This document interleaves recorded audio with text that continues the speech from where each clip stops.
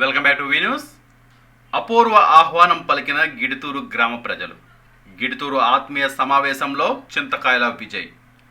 అడుగడుగున ఆరతలతో స్వాగతం పలికిన మహిళలు. మాకవరపాలెం మండలం గిడుతూరు పంచాయతీలో తెలుగుదేశం పార్టీ ఆత్మీయ సమావేశంలో తెలుగుదేశం పార్టీ రాష్ట్ర ప్రధాన కార్యదర్శి చింతకాయల విజయ్ పాల్గొన్నారు. గ్రామంలో కలయి తిరుగుతూ పార్టీ సీనియర్ నాయకుల ఇంటికి వెళ్లి వారి యోగక్షేమాలు అడిగి తెలుసుకున్నారు. మహిళలు అడుగడుగున హారతులతో స్వాగతం పలికారు. ఈ సందర్భంగా సమావేశంలో చింతకాయల విజయ్ మాట్లాడుతూ అభివృద్ధి ఏమైనా జరిగిందంటే అది తెలుగుదేశం పార్టీలోనే, అది అయ్యన్న హయాంలోనే జరిగిందని అన్నారు. వచ్చేది తెలుగుదేశం పార్టీ అని, గ్రామానికి కావాల్సిన సౌకర్యాలన్నీ కల్పిస్తానని వారికి మాట ఇచ్చారు. ఈ కార్యక్రమంలో పార్టీ మండల నాయకులు, క్లస్టర్ మరియు యూనిట్ ఇన్ఛార్జీలు, బూత్ కన్వీనర్లు, మహిళలు, కార్యకర్తలు అధిక సంఖ్యలో పాల్గొన్నారు.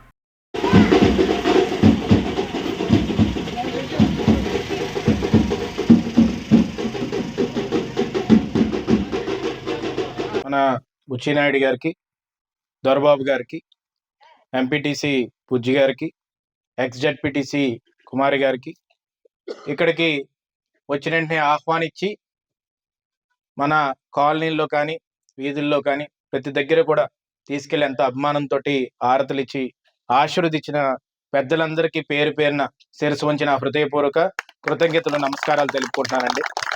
ఎప్పుడు ఈ ఊరు వచ్చినా కూడా అంతే అభిమానంతో ఆహ్వానిస్తారు. చిన్నప్పుడు కూడా నేను తాతయ్య గారితో ఎక్కువ సార్లు వచ్చేవాడిని ఇక్కడికి.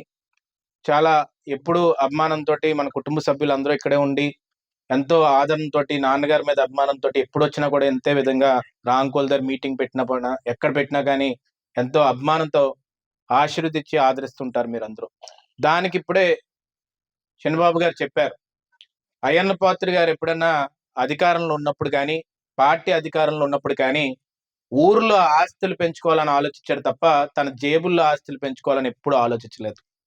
ఎప్పుడన్నా కానీ మీరు ఆలోచించండి, ఈ గిడుతూరికి అప్రోచ్ రోడ్ వేయాలన్నా, దాన్ని 50 అడుగులు చేయాలన్నా, 12 అడుగుల నుంచి 50 అడుగులు చేయాలన్నా, సిమెంట్ రోడ్లు వేయాలన్నా, ఒక ఊర్లో 22 కిలోమీటర్ల రోడ్డు వేయాలన్నా, ఒక బ్రిడ్జ్ వేయాలన్నా, చెరువు దగ్గర ఏం చేయాలన్నా కానీ అది అయ్యన్న పాత్రి గారు, తెలుగుదేశం పార్టీలోని అది చంద్రబాబు గారు, ఇక్కడ ఉన్న తెలుగుదేశం నాయకులు తప్ప ఎవరన్నా చేశారా అనేది ఒక్కసారి ఆలోచించవలసిన అవసరం ఎంతైనా ఉంది.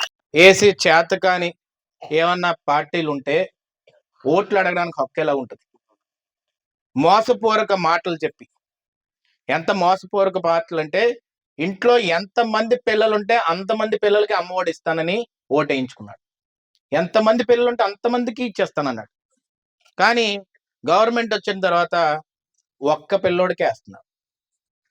దాని తర్వాత మనం చూస్తే పెన్షన్ 3000 ఇచ్చేస్తానన్నాడు వెంటనే. మళ్ళీ గవర్నమెంట్ వచ్చిన తర్వాత అంటాడు పెంచుకుంటూ పోతానంటాడు. ఎంత పెంచుకుంటూ పోతానంటే ఇప్పటికీ 3000 అవ్వలేదు. ఇంకో 2 నెలలు ఎలక్షన్ ఉంది. ఇప్పుడు ఆ రాష్ట్రం చూస్తే 12 లక్షల కోట్ల అప్పు. మన ఇంట్లో పుట్టబోయే బిడ్డ మీద 2.5 లక్షల రూపాయలు అప్పు అండి. రాష్ట్రంలో రాజధాని లేదు. చిన్నపిల్లలు నాతో తిరుగుతున్నారు, వాళ్ళు ఎవరన్నా మనల్ని అడిగినా కూడా మనం చెప్పలేం. మన రాష్ట్రానికి రాజధానే లేదు. 5 సంవత్సరాలు అయింది. రాజధాని ఎక్కడరా అంటే అటు వైజాగ్లో అంటాడు, అటు కర్నూలులో ఉందంటాడు, లేకపోతే ఇంకో దగ్గర అంటాడు. చిన్నప్పుడు అబద్ధాలు చెప్పినట్టు అక్కడ ఉంది, ఇక్కడ ఉంది, ఎక్కడ ఉంది అంటే. దారుణం ఏంటంటే మన దేశంలో ఏ రాష్ట్రానికైనా రాజధాని ఉంది, కానీ మన రాష్ట్రానికి మాత్రం రాజధాని లేదు. మన పాస్బుక్ల మీద వాడి ఫోటో. అది ఎందుకురా బాబు అంటే, మన తాతలు ఇచ్చింది, మన తండ్రులు ఇచ్చిన పాస్బుక్ మీద జగన్మోహన్ రెడ్డి ఫోటో వేస్తాడు. వేసి ఒరిజినల్ పాస్బుక్, ఒరిజినల్ రిజిస్ట్రేషన్ పేపర్లు మనకి ఎవరంట. అవి తీసుకెళ్ళి రేపు తాకట్టు పెడితే ఎవడు తీసుకుంటాడు? మనకు తెలియకుండానే లిటిగేషన్ లో పెట్టేస్తున్నారు, మనకు తెలియకుండానే సర్వే చేసేస్తున్నారు, మనకు తెలియకుండానే మన పాస్బుక్లు వాడి ఫోటోతో రావాలి తప్ప ఇంకోటి లేదని చెప్తున్నారు. ఈ రోజు ఒకటే చెప్తుంది ఏంటంటే, మన ఆస్తులు, మన పన్నులు ఈ తీసుకొని మళ్ళీ అకౌంట్లో వేసినట్టేసి కరెంటు బిల్ రూపంలోని మళ్ళీ అమ్మఒడి 15,000 రూపాయలు అని చెప్పి 13,000 రూపాయలు ఇచ్చి దాంట్లో 2,000 రూపాయలు, 1,000 రూపాయలు బాత్రూమ్ మెయింటెనెన్స్ అని తీసుకుంటాడు. ఈ రోజు రాష్ట్రం అంతా కూడా దివాలా తీసేసి అప్పుల్లో పడిపోయి చీకటమయం అయిపోయి దారుణమైన స్థితిలో ఉంటే మన పిల్లల భవిష్యత్తు ఎలా అనేది ఒకసారి ప్రతి ఒక్కరు కూడా ఆలోచించవలసిన అవసరం ఎంత ఉంది. మనం చెప్పవలసిన సవాల్ చేస్తున్నాను కూడా వైఎస్ఆర్సీపీ నాయకులు కానీ ఎవరినన్నా, ఈ 5 సంవత్సరాల్లో ఎవరన్నా అభివృద్ధి గురించి ఆలోచించారా? నేను ఇవాళ ర్యాలీలో ఇలా వస్తుంటే ఒక నా దగ్గరకు వచ్చి అంటాను, ఇక సైడ్ కాలువలు లేవు బాబు అని కాలనీలో. తెలుగుదేశం నాయకులు చూసినట్టునే బలుపు లేదు, సైడ్ కాలువలు లేవు, రోడ్లు లేవు అని మాత్రం బాగా అడుగుతారు.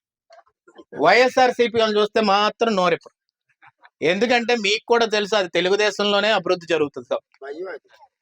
అది భయం ఎన్ని రోజులు ఉంటుంది? ఇంకో 30 రోజులు ఉంది. ఆ తర్వాత వాడి భయం ఏంటి, ఈడి భయం ఏంటి?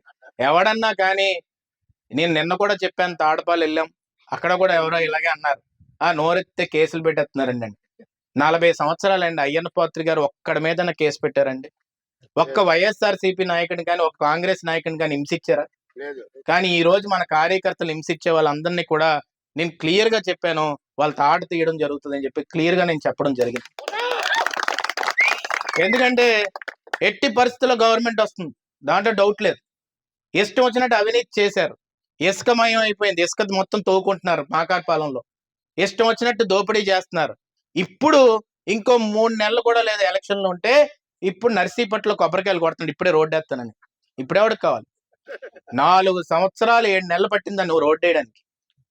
ఆ 1.5 కిలోమీటర్ రోడ్డు వేస్తే నీకు ప్రజలు గెలిపిస్తారని ఊహలో నువ్వు ఉంటే, ఈ మొత్తం నర్సీపట్నం నియోజకవర్గంలో 2,000 రూపాయలు 2,000 కోట్లు తీసుకొచ్చిన అయ్యన్న పాత్రని ఏం చేయాలి? అది ఆలోచించవలసిన అవసరం ఎంతైనా ఉంది. ఎంత అభివృద్ధి చేశారు అయ్యన్న పాత్ర గారు? ఈ ఒక్క ఊరికే 2,000 ఓట్లు ఉన్న ఊరికే 22 కిలోమీటర్లు రోడ్లు తీసుకొచ్చాడంటే, ఈ నియోజకవర్గంలో డిగ్రీ కాలేజ్ తీసుకొచ్చింది అయ్యన్న పాత్ర గారు, ఐటీఐ కాలేజ్ తీసుకొచ్చింది అయ్యన్న పాత్ర గారు, ఇక్కడ మాకవరపాలెంలో అప్పుడు అవంతి శ్రీనివాస్ గారిని తీసుకొచ్చి ఇంజనీరింగ్ కాలేజ్ పెట్టింది అయ్యన్న పాత్ర గారు, ఈ రోజు పాలిటెక్నిక్ కాలేజ్ పెట్టింది అయ్యన్న పాత్ర గారు, అక్కడ ఎన్టీఆర్ స్టేడియం అవుట్డోర్ తెచ్చింది అయ్యన్న పాత్ర గారు, 150 పడకల హాస్పిటల్ తీసుకొచ్చింది అయ్యన్న పాత్ర. ఈ రోజు ఆ హాస్పిటల్లో కనీసం ఫినాయిల్ కడగడానికి కూడా మనుషులు లేరు. హాస్పిటల్కి వెళ్ళే దాఖలాలు లేవు ఎమ్మెల్యే. ఎందుకంటే ఈ ప్రాంతం వాడు కాదు కాబట్టి, ఏ కోట వర్క్ లో ఉన్నాడు, అక్కడ ఆ ఊరి నుంచి వచ్చాడు, అద్దెకు వచ్చినట్టు అద్దెకింట్లో ఉన్నాడు, గెలిచాడు, 5 సంవత్సరాలు అనుభవిస్తున్నాడు, మళ్ళీ కోట వర్క్లు పోతాడు. తనకేం పోయేదేం లేదు, పోయేది మనకి. ఈ రోజు ఏం జరిగిందండి నర్సీపట్నంలో? అతి దారుణమైన విషయం ఏంటంటే, డాక్టర్ సుధాకర్ గారు గుర్తున్నారా? ఆయన ఎవరన్నా డెలివరీలకు వెళ్ళినప్పుడు, ఆపరేషన్ జరిగినప్పుడు మన ఆడబిడ్డలకి ఎనస్థీషియా ఇచ్చేవారు. ఆయన మొత్తం ఇంజక్షన్ ఇచ్చారు, మొత్తం డాక్టర్. ఆయన రోజు ఎంతో మందికి మొత్తం ఇంజక్షన్లు ఇచ్చేవాడు, ఎంతో మంది జీవితాలు కాపాడేవాడు. ఆయన కరోనా టైంలో ఏమడిగాడంటే, నాకు ఒక మాస్క్ ఇవ్వండి, నాకు ఒక పీపీఈ కిట్ ఇవ్వండి, కరోనా సంబంధించిన వస్తున్నారు కదా పేషెంట్లు, డాక్టర్లకు ఏమైనా అంటుకుంటుందేమో అని అడిగితే, ఈ ఎమ్మెల్యే కానీ జగన్మోహన్ రెడ్డి కానీ తను హింసించి ఒక గుండు గీసుకొని రోడ్డు మీదకి వచ్చి పిచ్చోడాన్ని దాని మీద ముద్రేసి చంపేశారు. ఈ స్థితిలో నర్సీపట్నం నియోజకవర్గం ఉందా అని నాకు బాధ అనిపించింది. తర్వాత మొన్నే ఒక అమ్మాయి డెలివరీకి వెళ్తే జనరేటర్లో డీజిల్ లేకపోతే కొవ్వొత్తులు టార్చ్ లైట్లు పెట్టి డెలివరీ చేశారు. అంటే ఆ స్థితిలో నర్సీపట్నంలో ఉన్న 150 పడకల హాస్పిటల్ ఉందా అనేది ఒకసారి ఆలోచించవలసిన అవసరం ఎంతైనా. నువ్వు చెప్పడం జగన్మోహన్ రెడ్డికి తెలుసు అయ్యన్న పాత్రకి దమ్ముందా లేదా అని. రాష్ట్రంలో ఎవడన్నా ఇప్పుడు గలం ఎత్తుతున్నాడంటే, రాయలసీమ నుంచి ఉత్తరాంధ్ర వరకు ఎవరన్నా గలం ఎత్తి గట్టిగా మాట్లాడుతున్నాడంటే ధైర్యంగా, అది అయ్యన్న పాత్ర గారా కాదా అని చెప్పేసి ఒకసారి ఆలోచించవలసిన అవసరం ఎంతైనా ఉంది. ఈరోజు ఆయన్ని చూసి ఎంతో మంది ఆదర్శంగా తీసుకొని మాట్లాడుతున్నారు.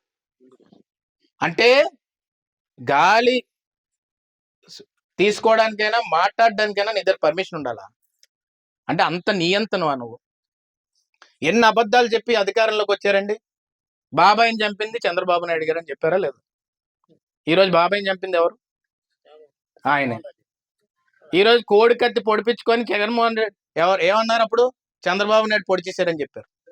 ఇప్పుడు మరి కోడి కత్తి పొడిచింది ఎవరు? బొత్స సత్యనారాయణ మేనల్ట్ చిన్నశ్రీని అని చెప్పి మొన్న ఎంక్వైరీలో తేలింది. అంటే ఇన్ని అబద్ధాలా? అంటే ఇన్ని కోట్ల మందిని వాళ్ళ బాబాయిని వాళ్ళే చంపేసి చంద్రబాబు నాయుడు గారు చంపారని చెప్పి జనాలు నమ్మించగలే మాయగాడైతే ఎంత దారుణం ఒకసారి ఆలోచించవలసిన అవసరం ఎంత ఉంది. తన కుటుంబంలోనే తన చెల్లిని తల్లిని కానీ మోసం చేసి మాయలో పెడితే మన కుటుంబాలు ఎంత అనేది ఒకసారి ఆలోచించవలసిన అవసరం ఎంతైనా ఉందని చెప్పి సందర్భంగా చెప్తున్నానంటే, మనం ఎంత జాగ్రత్తగా మన ఇంట్లో ఎవరన్నా ఒక పిల్లని ఇచ్చి పెళ్లి కొడుకుని పెళ్లి చేసినప్పుడు ఎంత జాగ్రత్తగా చూస్తాం. అలాంటిది ఒక ఇంట్లో ఒక హత్య చేసి తనే పొడిపించుకొని జనాల్ని ఈరోజు రాష్ట్రం మొత్తాన్ని కూడా మాయ చేసి మబ్బు పెట్టి ఈరోజు ఈ స్థితిలో మనల్ని కూర్చోపెట్టాడంటే ఎంత మాయ ఉండకపోతే అనేది ఒకసారి ఆలోచించవలసిన అవసరం ఎంతైనా ఉంది. వైజాగ్ లో క్యాపిటల్ అన్నారు, సరే రాజధాని కడతాడేమో అనుకున్నాం. అక్కడ చూస్తే 150 గదులు ఇల్లులు కట్టుకున్నాడు.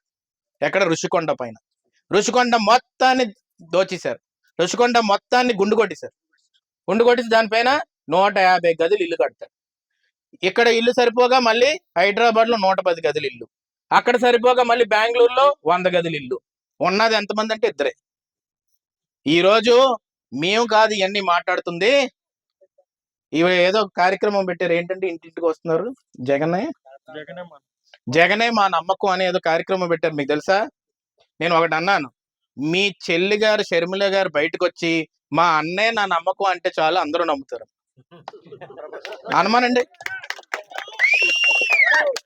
మరి ఆమె కదా బయటకు వచ్చి అప్పుడు క్యాంపెయినింగ్ లో ఏం చెప్పింది? మైక్ పట్టుకొని, జగన్ అన్న వదిలిన బాణం, ఈ బాణాన్ని మీ దగ్గరకు వస్తుంది, మా అన్నయ్య పంపించాడు.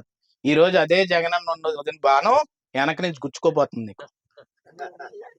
అంటే వాళ్ళ ఇంట్లో వాళ్ళకే నమ్మకం లేదు. పార్టీ మీటింగ్ పెట్టి తల్లి చేత రాజీనామా చేశారు. ఈ రోజు ఆ పరిస్థితుల్లో తను నమ్మకం ఆ కుటుంబం ఉంటే మనం ఎలా నమ్ముతాం తనని అని చెప్పి ఆలోచించవలసిన అవసరం ఎంతైనా ఉంది. ఈ రోజు ఒకటే చెప్తున్నాను, సర్పంచులు అడగండి. సర్పంచుల అకౌంట్ నుంచి డబ్బులు తీసేశారు. డబ్బులు తీసేసి వాడేస్తున్నారు. ఎందుకు వాడుతున్నారు రా బాబు అంటే, సర్పంచులందరూ ఇప్పుడు వచ్చి చంద్రబాబు నాయుడు గారి దగ్గర, వైఎస్ఆర్సీపీ సర్పంచులు చంద్రబాబు నాయుడు గారి దగ్గరకు వచ్చారు. చంద్రబాబు నాయుడు గారు ఆశ్చర్యపోయారు, నేను ముఖ్యమంత్రి కాదు కదా అంటే, అయ్యా మీరే కాపాడాలి, పంచాయతీల్లో డబ్బులన్నీ కూడా దోచేస్తున్నారని చెప్పి ఈరోజు కోర్టుకు వెళ్ళే పరిస్థితి సర్పంచులకు కూడా తగిలిందంటే ఆలోచించవలసిన అవసరం ఎంతైనా ఉంది. అందుకనే చంద్రబాబు నాయుడు గారు ఒకటి అనుకున్నారు, ఈ భవిష్యత్ గ్యారంటీ కార్యక్రమం పెట్టాలి. ఈ కార్డు ఏదో పేపర్ మీద మీకు ఇచ్చేవచ్చు, కానీ ఈ కార్యక్రమం కార్డు గట్టిగా తయారు చేపించి ఒక బాండ్ లాగా, అంటే మీరు ఇన్సూరెన్స్ కట్టినా ఏం కట్టినా మీరు ఒక బాండ్ ఇవ్వాలని చెప్పి బాండ్ లాగా ఇచ్చారు. ఈ బాండ్ లోని క్లియర్ గా మనకి ఆడబిడ్డ నిధి అని పెట్టారు. ఆడబిడ్డ నిధి ఏంటంటే 1500 రూపాయలు నెలకి. ఎవరన్నా 18 ఏళ్ళు నిండిన వాళ్ళు ఉంటే వాళ్ళకి నెలకి 1500 రూపాయలు ఇద్దామని చెప్పి డిసైడ్ అయ్యారు. అంటే ఎంతమంది 18 ఏళ్ళు నిండిన వాళ్ళు ఉంటే వాళ్ళకి 1500 రూపాయలు రావడం జరుగుతుంది. దాంతోపాటు తల్లికి వందనం, అంటే ఇప్పుడు అమ్మఒడి అనేది మోసం, అందుకనే తల్లికి వందనం పెట్టి ఎంతమంది పిల్లలు ఉంటే అంతమంది పిల్లలకి కూడా 15,000 రూపాయలు ఇద్దామని చెప్పి చంద్రబాబు నాయుడు గారు నిర్ణయించడం జరిగింది. అన్నదాత ప్రతి ఒక్క రైతుకి 20,000 రూపాయలు ఏడాదికి ఇవ్వాలని చెప్పి నిర్ణయించడం జరిగింది. యువగలం, అంటే యువకులు ఎంతో మంది నిరుద్యోగులు అయిపోయారు, కంపెనీలు తేటలేదు. చంద్రబాబు నాయుడు గారు ఇచ్చిన కంపెనీలే ఉన్నాయి ఇప్పుడు దాకా. ఆ కంపెనీల్లో ఎవరికైనా ఉద్యోగాలు దొరకపోయినా రేపు రానున్న రోజుల్లో 3,000 రూపాయలు వాళ్ళకి ఉద్యోగం వచ్చే వరకు కూడా నిరుద్యోగ భృతి ఇవ్వాలని చెప్పి నిర్ణయించారు. ఈ రోజు మీ అందరికీ తెలుసు, ఎస్సీ లోన్లు తీసేశారు, బీసీ లోన్లు లేవు. ఎంతో మందికి ప్రోత్సాహంగా ఎస్సీ లోన్లు బీసీ లోన్లు ఉండి అంబేద్కర్ విద్య ఉన్నత అని చెప్పి మొత్తం విదేశీ చదువులు చదువుకోవడానికి మన వాళ్ళకి ఇచ్చేవారు. అంబేద్కర్ ఆశయాన్ని ముందు తీసుకురా దారుణంగా ఉంది. ఇంకోటి ఏంటంటే నాకు అనిపించింది ఏంటంటే, మన ఆడవాళ్ళందరినీ కూడా మోసం చేశాడు. ఎలా మోసం చేశాడండి? మద్యపాన నిషేధం అన్నాడా లేదా? మద్యపాన నిషేధం అని చెప్పి క్లియర్ గా చెప్పాడు. మద్యపాన నిషేధం అని చెప్పి ఈరోజు నాసిరక మందు, అయ్యేవో బ్రాండ్లు, దరిద్ర బ్రాండ్లు, కొత్త బ్రాండ్లు తన ఫ్యాక్టరీలోనే తయారు చేసి బయట తీసుకొచ్చి ఎక్కువ రేట్లకు అమ్మి ఈరోజు ఎంతో మంది ఆరోగ్యం నాశనం అయిపోయే విధంగా చేస్తున్నారు. మళ్ళీ నీకు ఇంకో దారుణమైన విషయం ఏంటంటే, ఈ మద్యాన్ని రేపు తాగబోయే, అంటే ఇప్పుడు తాగుతున్నారు కదా, తాగుతుంటే డబ్బు వస్తుంది కదా ప్రభుత్వానికి, ఈ డబ్బుతో ఆయన ఒక లెక్కేసి పేపర్ మీద రేపు తాగబోయే దాని మీద కూడా అప్పు తెచ్చాడు. అంటే దేని మీద అప్పు తేవాలి? మన దగ్గర భూమి ఉంటే భూమి తాకట్టు పెడతాం, ఇంకా అన్ని తాకట్టు పెట్టాక మిగిలిపోయింది అంటే ఎవరైతే తాగుతారో వాళ్ళ మీద కూడా అప్పు తెచ్చాడు. ఇప్పుడు అంటే ఎవరు ఏం పోయినా నాకు సంబంధం లేదు, ఈ రాష్ట్రం నాశనం. చంద్రబాబు నాయుడు గారిని జైల్లో పెట్టారు, ఏ తప్పు చేయలేదు. ఆయన జైల్లో పెట్టినప్పుడు ఎంత శాడిజం అంటే వేడి నీళ్ళు అడిగితే కూడా ఇవ్వలేదు. ఏమయ్యా అంటే ఆయన వేడి నీళ్ళు కాదు చన్నీళ్ళతో స్నానం చేయించాలి, తిండి పెట్టకూడదు, ఎండిపోయేలా చేయాలి. ఎవరికన్నా జాలి ఉంటే 73 సంవత్సరాలప్పుడు ఒక పెద్ద ఆయన్ని మనం గౌరవం ఇచ్చుకుంటాం. ఎవరన్నా కనబడినా వైఎస్ఆర్సీపీ అవని టీడీపీ అవని నేను వచ్చినప్పుడు కనబడితే వాళ్ళ మీద కక్ష కాదు, నాకు గౌరవం కనబడుతుంది, ఆయనకి దండం పెడతాం. అలాంటిది నీ వయసులో అంత పెద్ద ఉన్నప్పుడు, రాష్ట్రానికి ఇంత సేవ చేసినప్పుడు, ఒక్క మచ్చ కూడా లేనప్పుడు, నిజాయితీగా బతికిన ఒక నాయకుడిని అలా సెంట్రల్ జైల్లో పెట్టి ఏ మాత్రం కూడా గాలి లేకుండా దోమలుండి దగ్గర పెట్టి చన్నీళ్ళు ఇచ్చి ఆయన ఎంత హింసించావు జగన్మోహన్ రెడ్డి. ఈ రోజు దానికి క్షమిస్తారా దేవుడు అనేది ఒకసారి ఆలోచించవలసిన అవసరం ఎంతైనా ఉంది. ఈ రోజు మా ఇంటికి ఉదయం 3:30 సమయంలో 1200 మంది పోలీసులను పంపించాడు మా ఇంటికి.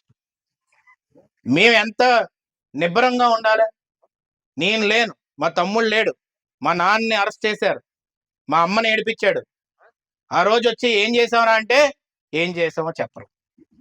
నీకు ఒకటే చెప్తున్నాను, ఈ రోజు చెప్తున్నాను, వైఎస్ఆర్సీపీ పార్టీకి చెప్తున్నాను, 40 ఏళ్ళు పైన అయింది. లచ్చాపాత్రి గారి తాతయ్య ఉన్నప్పుడు కూడా ఆయన 15 ఏళ్ళు రాజకీయం చేస్తుంటుంటారు. దాని తర్వాత ఎంతో మంది ఎమ్మెల్యేలు చేశారు, గోపాత్రి గారు చేశారు, దాని తర్వాత నాన్న చేశారు, తర్వాత ముత్యాల బాబు గారు చేశారు, ఇవన్నీ చేశారు. నాన్నగారు చేసిన ఇంతమంది చేశారు, ఎవరి మీద కూడా అవినీతి మచ్చలేదు. ఈ రోజు అయ్యన్న పాత్ర గారు 40 ఏళ్ళ రాజకీయ చరిత్రలో కూడా నేను ఒకటే చెప్తున్నాను, ఈ రోజుకి కూడా దమ్ముంటే ఒక్క అవినీతి కేసు పెట్టు, ఒక్క రూపాయి తీసుకున్నామని నిరూపించు. ఒక్క రూపాయి కూడా తీసుకోకుండా నిజాయితీగా బతికిన ఏకైక నాయకుడు అయ్యన్న పాత్ర గారు అని చెప్పి ఈ సందర్భంగా అవినీతి కేసు కూడా నువ్వు పెట్టలేపావు అంటే ఎంత నిజాయితీగా మేము బతికాం. నేను చెప్తున్నాను, ఈరోజు 1200 మంది పోలీసులు నా మీద పంపించావు, లక్షలాది రూపాయలు ఖర్చు పెట్టావు. ఏమనంటే వెనక ఒక పిట్ట గోడ, ఆ గోడ అంట ఇంత స్థలంలో ఎంత ఉన్నారు మీరు, 1/2 సెంట్, 0.01 సెంట్లోనట మేము గోడ కట్టామని చెప్తున్నాడు. అంత దారుణం అండి. అదే మేము చెప్పాం, నువ్వు కానీ నిజంగా ఫోన్లో ఎకరాలు పక్కన పెట్టి 100 ఎకరాలు దొబ్బేశారు మీరు. 0.01 సెంట్లో మేము గోడ కట్టామని నిరూపించినా కానీ మేము జైల్లోకి పోతాంరా బాబు అంటే ఎవడో నిరూపించడు, ఎవడో మాట్లాడు, మళ్ళీ పారిపోతారు. మళ్ళీ దానికి ఏమంటారు, అయ్యన్న పాత్ర గారు జగన్మోహన్ రెడ్డి గారిని తిట్టడం తప్పు కదా అంటే తిడతారు, బల్ల గుద్ది తిడతారు. ఎందుకు తిడతారంటే ప్రజల జీవితాలను తాకట్టు పెట్టే బతికిన ముఖ్యమంత్రిని ఎవరన్నా వేలెత్తి చూపెట్టే హక్కు ప్రజలకు ఉంది, నాయకులకు ఉంది, నువ్వెవరు అడగడానికి అని చెప్పి ఈ సందర్భంగా సవనీయంగా మనవి చేసుకుంటున్నాను. చేసినా కానీ మిటారుగా నిలబడింది ఎందుకంటే ఈ నియోజకవర్గ జనం ఆయన వెనకాల ఉన్నారనే ఉద్దేశంతో ఆయన గట్టిగా నిలబడ్డారు. అందుకు రాబోయే ఎలక్షన్స్ లో మీరందరూ కూడా ఆయన వెన్నంటి ఉండి ముందుకు నడిపించాలి. మన ప్రజలకు ఎవరైతే ఇంకా మాయలో ఉన్నారో వాళ్ళకి చెప్పవలసిన అవసరం ఎంతైనా ఉంది. వైఎస్ఆర్సీపీ నాయకులు ఎలాగో అర్థం చేసేసుకున్నారు, ఎలాగో ఓడిపోతారని, వాళ్ళు అందుకనే టీడీపీ వైపు రావడానికి విధంగా ఉన్నారు. కానీ నేను ఒకటే చెప్పాను, ఎవరైతే మా కార్యకర్తలు హింసించారో వాళ్ళందరికీ కూడా శిక్ష పడేలా మాత్రం మేము చేస్తాం, అది మాత్రం గుర్తుపెట్టుకోండి అని చెప్పి ఈ సందర్భంగా సవనీయంగా మనం చేసుకున్నాను. అందుకే నిరంతర వార్తా సమాచారం కోసం మా వి న్యూస్ ఛానల్ సబ్స్క్రైబ్ చేయండి. నోటిఫికేషన్ కొరకు బెల్ ఐకాన్ని యాక్టివేట్ చేయండి.